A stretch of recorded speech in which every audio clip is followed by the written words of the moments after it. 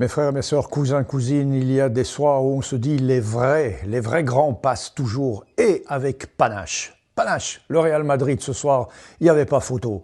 Le Real Madrid est trop fort pour City en tout cas. Peut-être que pour d'autres équipes ce sera un petit peu plus dur, parce qu'attention, le Real Madrid va tomber soit sur l'Atlético, soit sur le Bayer Leverkusen la prochaine fois. Ce soir, face à City, c'était un match plein de Madrid, où ils ont marqué 3 buts fabuleux par un Mbappé qui a retrouvé ses jambes, son sourire et son merveilleux talent, lui qu'on pensait un petit peu perdu pour le foot. C'est vrai, on a craint quelque part à un moment donné qu'on le perde, mais là, pas du tout. Là, on l'a récupéré et Ancelotti, il a réussi à trouver cette sauce qu'il n'avait pas trouvée depuis le début de la saison avec les 4 fabuleux devant, Bellingham, Rodrigo, Vinicius, Mbappé, qui se partagent les rôles, parce que Mbappé, il a marqué quand il était à droite, il a marqué quand il est avant-centre, il est à gauche. C'est fantastique, je veux dire, les 4 joueurs s'entendent merveilleusement bien, et chacun se sacrifie, et on voit que la sauce a pris. Donc Carlo Ancelotti a trouvé la sauce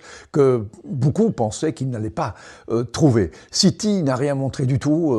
C'est vrai que Haaland n'était pas là, De Bruyne n'est pas là, Rodri, on va pas faire de nouveau la liste des joueurs qui ne sont pas là et ceux qui ne sont pas en forme.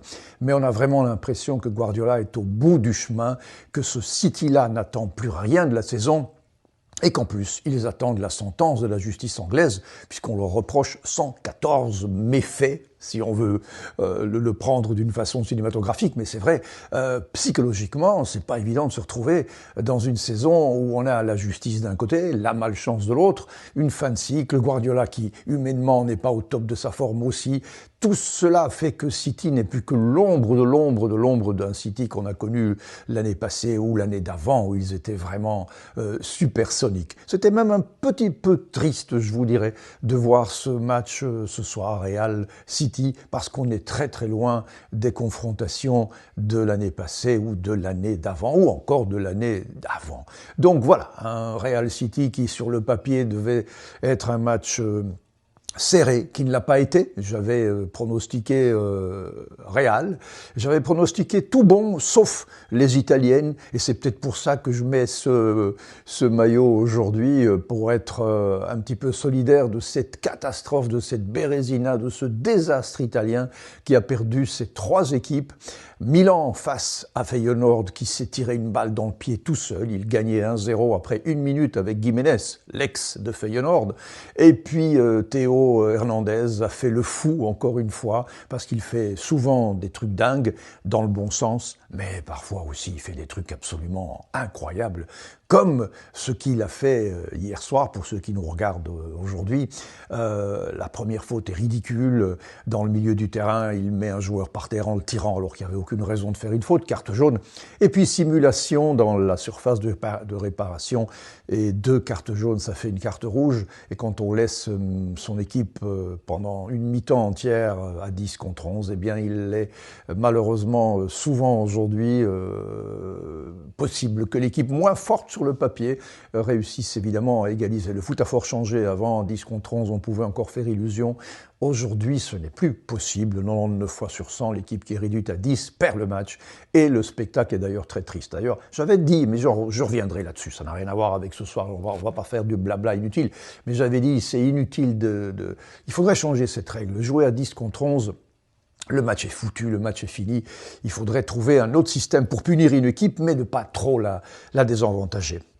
Alors, qu'est-ce que je vous dirais aussi? Oui, le PSG passe, évidemment, avec un 10-0 sur les 2 confrontations.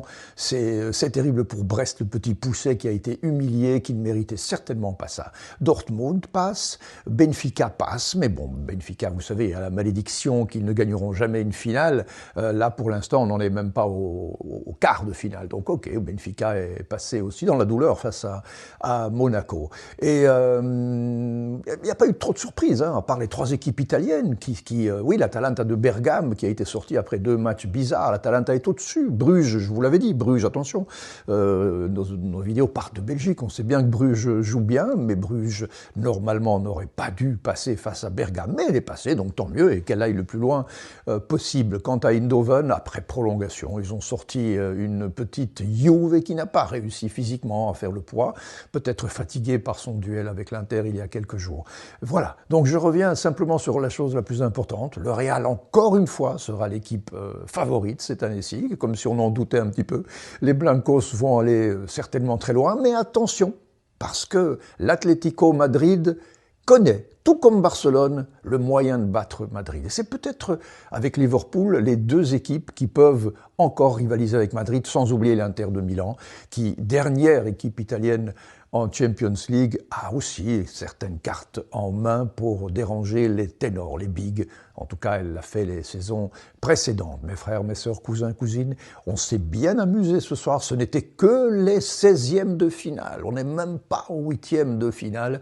Et le tirage, puisqu'il y a tirage, on en reparle juste après. Comme ça, on verra bien qui tombe sur qui risque de sortir, qui va avoir peur, qui va avoir mal. Tout ça, ça va se jouer sur le terrain. Parce que sur le papier, ça veut rien dire. C'est sur le gazon que ça se joue. Et c'est là que la vérité va sortir. Ciao.